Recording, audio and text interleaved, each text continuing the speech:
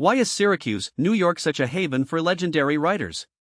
That's the question that the New York Times article by Anacode asks, and it answers it by digging into the city's winter climate and its quiet, solitary backdrop.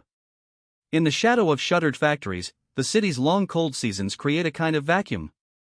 There's little to do, so people are inevitably drawn to intellectual work, writing, in particular. That's why a cold, dark winter is a stimulus for authors, and Syracuse is a place where that stimulus is amplified. The article remembers how iconic writers like Toni Morrison, Raymond Carver, and David Foster Wallace have found inspiration in such conditions. These figures, whose names echo in literary studies, wrote some of their most significant pieces while surrounded by Syracuse's bleak winter landscapes. The starkness of the environment is not a hindrance, instead, it forces the mind inward, into the internal worlds authors are built to explore. Syracuse's history of manufacturing left behind a network of abandoned industrial structures. According to the piece, those shuttered factories become almost tangible reminders of the city's past labor force and its transition to a quieter, more reflective era. Writers moving through those spaces find a physical silence that mirrors the mental silence needed for creative work.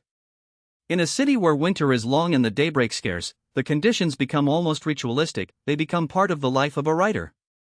The article suggests that the combination of cold that collapses the outside world and the dark that deepens introspection gives Syracuse a unique creative ecosystem. Compared to other northern New York towns, Syracuse's cultural reputation is notable. It's one of the few places where winter is not something to endure but something to take over, fast enough to burn out external distractions. That's the environment that has allowed Morrison to craft beautiful silence in her prose, Carver to write minimalistic short stories that have become classics, and Wallace to produce dense yet essential works of contemporary fiction. The piece also touches on how educators or cultural institutions in Syracuse might create a climate that encourages writers. Places like the State Hospital for the Insane on West 37th Street, Self.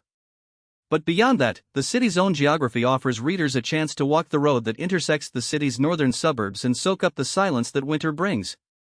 In short, Syracuse ticks a rare combination of clues: the cold that forces you to look inward, the dark that keeps you still, shuttered factories that conjure the space necessary for voice creation, and a history that respects intellectual labor. The result is a city where legendary writers reach heights that are unique to its environment.